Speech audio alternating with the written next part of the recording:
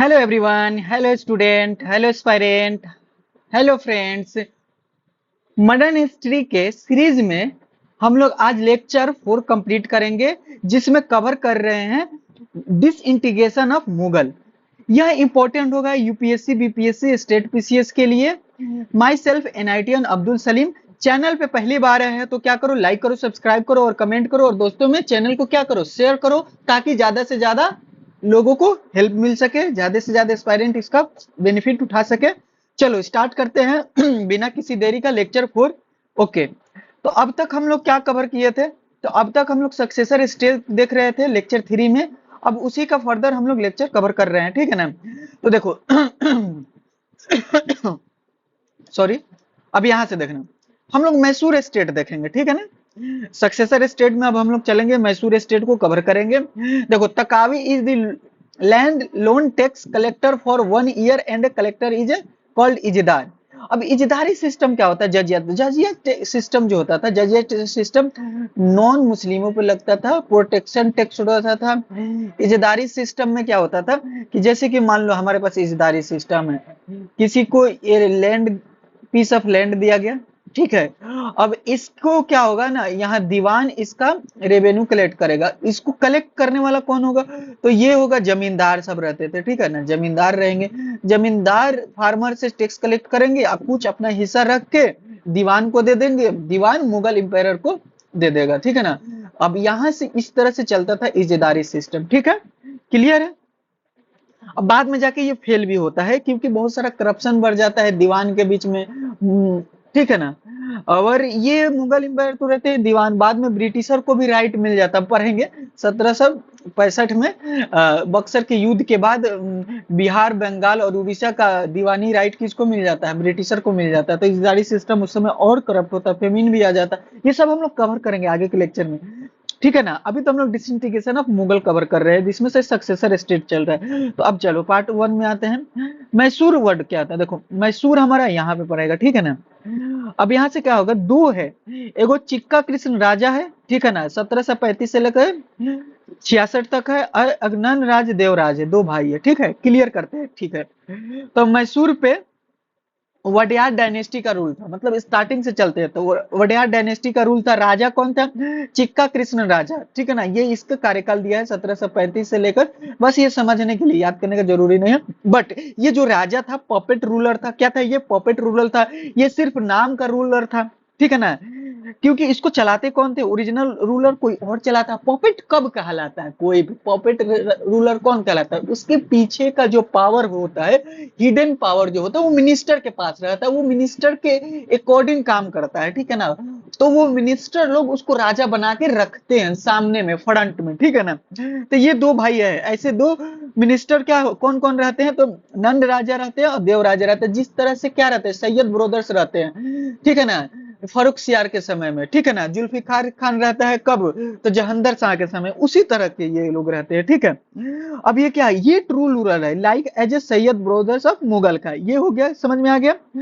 अच्छा, ये देखो, ये पहले स्टार्टिंग में क्या था, मैसूर किसी विजयनगर एम्पायर में हुआ करता था।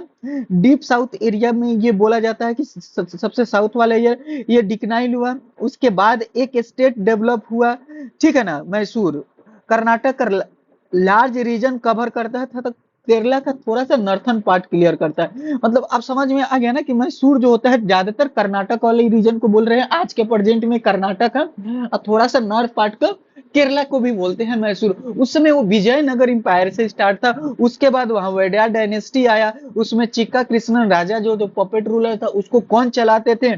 तो दो नंद राजा और देव राजा चलाते थे, मेन रूलर ये थे, मिनिस्टर थे। सेकंड पार्ट में आते हैं हम मैसूर स्टेट को समझने के लिए। अब मैसूर स्टेट को समझते हैं, ठीक है ना? तो यहाँ से क्या होगा, हैदर अली के बारे में डिस्कस होगा। अब हैदर अली के बारे में कहानी, बैकग्राउंड, एक स्टोरी समझते हैं। एक ये मिनिस्टर रहता है, ठीक है ना? ये काफी अच्छा एक मिनिस्टर रहता है, सारे सिचुएशन को ये क्या करता है, समझ रहा है, ठीक है ना? हैदर अली, ओके। हैदर अली सोचता है मेन पावर तो नंदराज देवराज के पास है। ये जो वोडेयार डायनेस्टी है, जिसका कृष्ण राजा राजा है, वो तो पपेट रूलर है, बट इसको समझ है, ये समझदारी दिखाता है, ये थोड़ा सा चीजों को समझता है। तो इसको ये पता चलता है कि मेन मेन पावर तो ये दो भाइयों के पास है, नंदराज और देवराज के पास। तो अब क्या करता है, capture the power from them. तो इनसे अगर मान लो पावर अगर लेना है मैसूर का, तो वो किससे किससे लेना पड़ेगा, ना कि कृष्ण राजा से लेना पड़ेगा, वहां के रूलर से नहीं लेना पड़ेगा, इन दोनों भाइयों से लेना पड़ेगा। ठीक है, ओके। अब यहाँ से क्या हो जाएगा, तो अब हमारे पास का चक्का कृष्ण राजा हो जाएगा ये।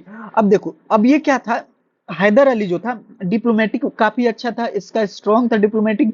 मेन चीज क्या था, डेडिकेशन था, जो काम करने के लिए सोचता था उसको करके रहता है, फुल एम्बिशियस था, इच्छुक था। ठीक है ना। तो अब हमारे पास क्या हो जाएगा, यहाँ से आते हैं, द हैदर अली का बैकग्राउंड समझ लेते हैं एक बार। ये क्या होता है कि नो एनी फैमिली बैकग्राउंड, ये ऐसा कोई राजा महाराजा के घर से नहीं था।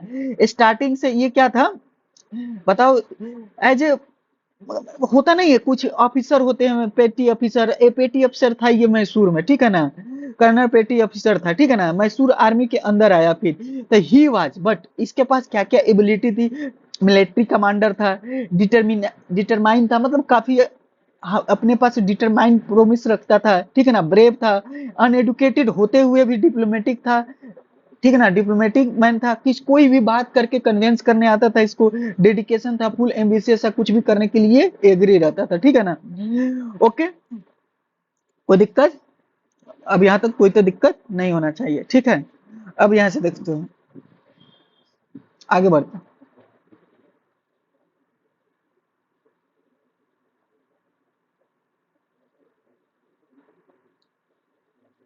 अब देखो कुछ ये ट्रू फॉल्स है, ठीक है ना।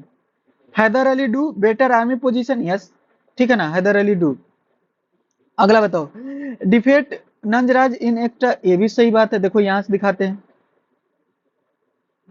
देखो, over through authority of Nandraj 7061 से ये लेता है, ठीक है ना, ओके।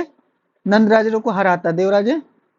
अच्छा, expansion of Mysore toward Malabar coast, Malabar coast की तरह एक्सपेंशन करता है ये मलबार कोस्ट इसको बोलते हैं, ये होता है ना जो हमारे पास, ये बताओ क्या होता है, कच्छ होता है, ठीक है ना, ठीक है ना, कच्छ होगा, फिर कटिहार होगा, गुजरात प्लेन्स होगा, फिर कोंकण होगा, फिर मलबार कोस्ट होगा, और यहाँ से क्या हो जाएगा बताओ, कोरमंडल होगा, उसके बाद क्या होगा, सिक्कार होगा, ठीक है ना, उसके बाद क्या होता है, उत्कल कोस्ट होता है, ये इस तरह से क्या होता है, कोस्टल होता है। यहाँ से यहाँ तक जाओगे तो 9 स्टेट होता है, 75 से 16 किलोमीटर है। अभी कुछ सैटेलाइट ने इसको 11,000 मतलब समझो 11,098 समथिंग किलोमीटर बताया, और उधर से लैंड वाला बाउंड्री जान रहे हो 15,200 किलोमीटर है, ठीक है ना। तो इस तरह से ये मलाबार कोस्ट बोला जाता है। तो ये याद रखो कि कभी भी यूज होगा मलाबार कोस्ट, तो ये केरला वाले को ही कोस्ट को मलबार कोस्ट बोलते हैं, उसके ऊपर वाला जो होता है गोवा कर्नाटक वाले को बोला जाता है, तुम्हारा कौन कौन कोस्ट बोला जाता है, कौन कौन वहां बोला जाता है, ठीक है ना, ये याद रखोगे। तो extend is control coastal line में किया जाता है। Introduce Mughal administrative and revenue system, okay, बिल्कुल करेगा, इंट्रोड्यूस करेगा, क्या होगा, Mughal administrative and revenue system, ठीक है ना।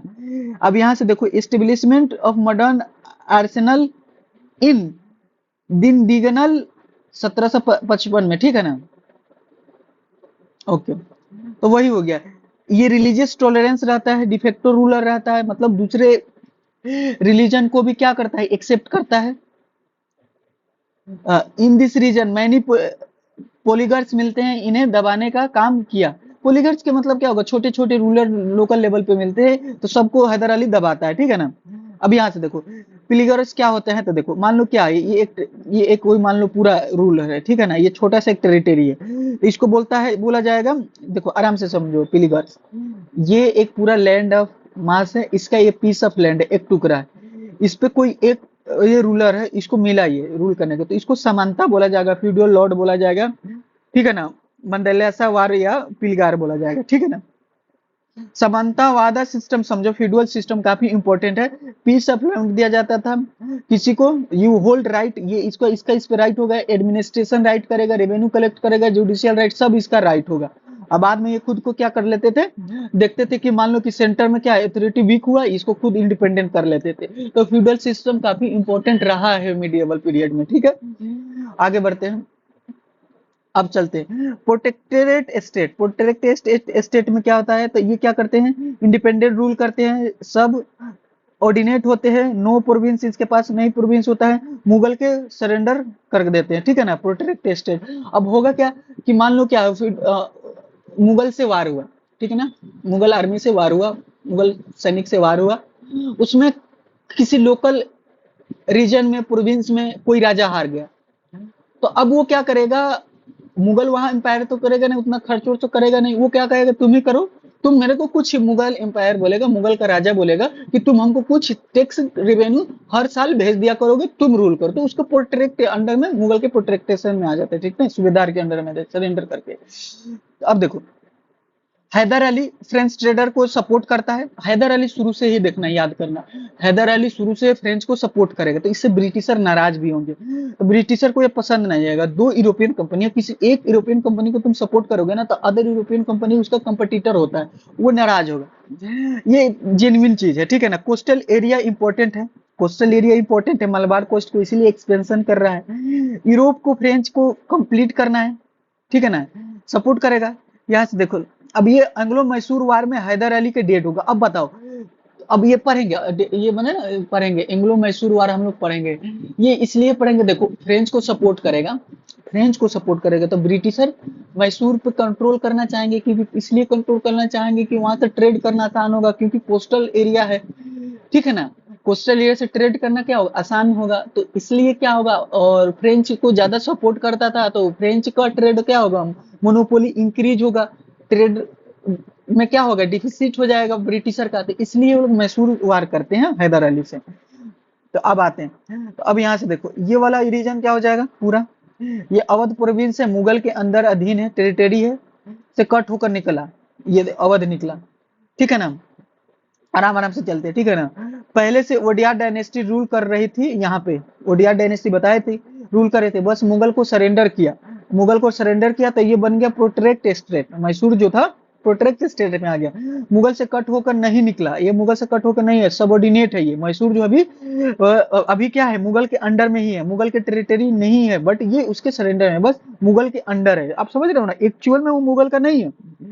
अब मैसूर क्या है, अधीन है मुगल के, बट इंडिपेंडेंट रूल कर रहा है, अब हैदर अली इंडिपेंडेंट रूल करेगा, ठीक है ना, तो इधर में मराठा है, इधर में हैदराबाद है, इधर में मैसूर हो जाएगा। प्रोटेक्टरेट के मीन्स क्या होता है, वही बता रहे हैं, प्रोटेक्ट का मीन्स होता है not under the Mughal control but surrender them slaves, ठीक है ना, टू कंट्रोल बाय मुगल, ये समझ गया ना कि ये मुगल का एकदम एक्चुअल टेरिटरी नहीं है, बस वहां के राजा उसको सरेंडर कर दिया है, वार नहीं करना चाहता है, तो उसको क्या करने का, रूल करने देगा, बट अंडर में किसके रहेगा,